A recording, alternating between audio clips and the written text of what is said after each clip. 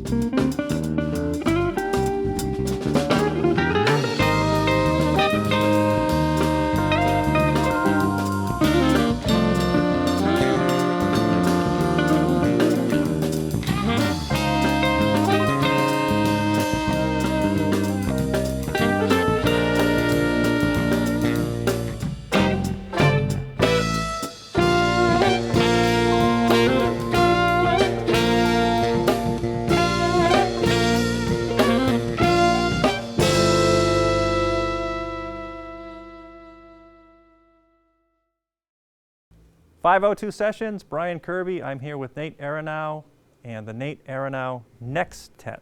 So, Nate, nice to have you on the show. Hi, thank you. Thanks for having us. First of all, introduce me to your bandmates here. Oh, well, we have here on Doug on saxophone and flute, as you will see. Stan Johnson on trumpet, flugelhorn. Craig Halati on guitar. Brendan Burns on drums. Dave Mercure on bass. And is this the Nextet, or do these members rotate in and out? Or wait, what is the Nextet? Is it always a 1, 2, 3 sextet, or what? No, it varies quite a bit. Oh, It could be 1 to 6 or more. 1? Yeah. So when you go out, you're sometimes Nate Aronow in the Nextet, and that's Yeah, it? that's me, the band. Well, usually we often me and Dave play as a duo. We often play as a trio. There's 4-piece, 5-piece, even 6-piece. When we play Riles, for instance, we play with a 6-piece group. Oh, okay. And do you sometimes have a vocalist with you in this particular configuration? Right now, no. We have in the past. With the Nextet? Yeah. And so the tunes that you played, they have words for the vocalist, or do you play different songs? Well, there are other songs we do have in the repertoire, original tunes and cover tunes that we could do with a vocalist if we had a vocalist. Okay, so the tunes you're playing today are strictly instrumental and they weren't written for the vocalist? At this time, yes. Okay. And so your sextet today, sometimes a septet with the vocalist, any larger? Wow, have we ever done anything larger? I don't think so. Okay. And tell me the first tune, the name of that was? The first tune we played today was called Rift. Rift. R-I-F-T, R-I-F-F-E-D? Strangely, it's called R-I-F-F-E-D. So like guitar riff or? Well, no, it actually is because of I was working a certain day job at that time, and we had just gotten all laid off, i.e. Rift. Oh. So at that time I wrote the tune, I thought, well, just call it Rift. Yikes. So where was that? And then, with the playing words with the word riff and everything. That was an infamous little company called Time Zero. Oh, okay. So you... In Cambridge, yeah. So you don't dedicate that song to them. But No. But getting laid off, I mean, at least something good came out of it, right? Yeah, we get a good song out of it, yeah. And then the next tune? The next tune after that we played, let's see, Gimme 5. Gimme 5? Which is in, of course, 5. And that's the name is sort of a takeoff, and the Take 5, the famous tune Take 5. And that was one of your tunes as well? Yes. And then the third tune was not yours? Right, the third tune was written by the guitar player Craig. Craig Halati? Right over here. And that was called Steppin' Out. And when you write, do you write at the keyboard? Do you come up with a melody? Do you do the chords first? Is it a certain... Do you have something in mind? Do you say, I want to write a tune in B flat? Or you just sit down and... It can vary a lot. I've heard it said that, behind every good bass line, there's usually a good tune. That sometimes happens. Or just a melody line. Yeah, usually, to me, melody is kind of like king. If you come up with a good melody line, you'll find a way to work it into some kind of a feel or a tune or something. Do you orchestrate the music for the band? Do you come in, except for maybe an opening bass line that you write, then would you write a bass line throughout to be played, or do you give him chord changes in a lead sheet? Same for guitar. I mean, you guys got a 2-chordal instrument. You want to stay out of each other's way, so sometimes he's playing lines. It varies, about 50-50. I mean, sometimes I do leave it pretty open, aside from, written melody lines. You write the horns and the harmony? Yeah, but there's a lot of adjustments along the way and things that don't quite fit, say, on the horn and could sound better some other way. But, or there may be just some particular rhythm I was thinking about but I don't exactly know how to express it on drums or guitar or something, so I kind of try to work that out with the players, the experts on their instrument. Well, when you write the horn parts, you play them on keyboard, I assume, and sometimes they fit on keyboard, but when you hear them with the horns, it's different than you were thinking? Is that what you're saying? Sometimes. I mean, you have to try to pay attention, of course, to horn ranges and what they sound like within different ranges. Really, you care? You don't just say, hell, you play it. No, I'll just do it all on synthesizer. Yeah, The heck with you guys, right. Yeah, so you do have to think all those considerations, those things I learned at Berkeley. Oh, good. Yes. What the feedback you get from the band? Do you guys? Them? Yeah. Oh. Do they say, I don't like that, I want to change this here, or they just play and you go, oh, that sounds great? I like to think it's a somewhat democratic process. I don't know if they would agree, but I'm sure they would. You've never stomped on anybody? No, I've never don't said, do that. no, that idea stinks. And usually we try to, because the whole, we're trying to get the best total product, the best total like tune. So however that works out to be, I obviously may not have the best idea at first, and things change. So it evolves. A bunch of these tunes have evolved over the years, actually. So did you play these tunes with some of your other bands, and then you brought them to the Nextet, or were these specifically written for the Nextet? Most of these tunes, I think, are Nextet tunes. There are other tunes in, like you mentioned, the Landlords of Soul, which I would like to actually incorporate. A lot of those are vocal tunes. If we could bring in another singer, I'd be happy to bring some of those tunes back. And how many bands have you formed, led? I mean, your bio, I can't, of course, list them all, but... I don't know, Yeah. a number. We used to have Nate and the Companions. That used to be, another one used to be called the Jazz Avengers. That was way back. And so would that have been a different style than the Nextet? Different kinds of jazz and funk and... So these other bands, are they different instrumentations, and that's why you have several different bands, or you just changed the name because somebody's trying to sue you and you don't want to track you down? It's just changing personnel, changing times, or you get tired of a name or a certain image or something, or Oh, okay. run out of gigs and realize you have to do something else, But you're always Nate Aronow, right? So far, I try. So that's worked out well for you then? Yeah, it's all right. And how many CDs do you have out?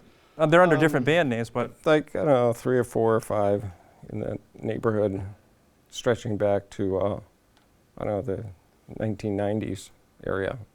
Wow. All right. How about some more music? Absolutely. Nate Aronow and the Nate Thank you. Aronow Nextet.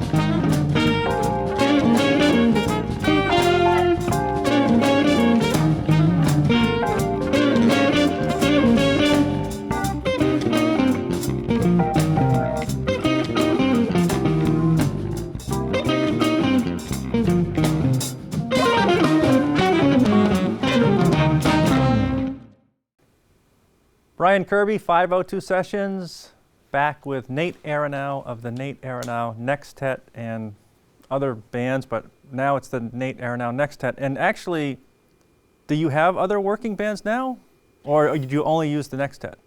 Well, the Nextet is like, it's kind of the holding company, as it were, you know, for the Nextet. It covers a lot of ground because what is a Nextet? What does Nextet mean? I don't actually know that. Me either. So it's pretty vague. It could cover a lot of ground.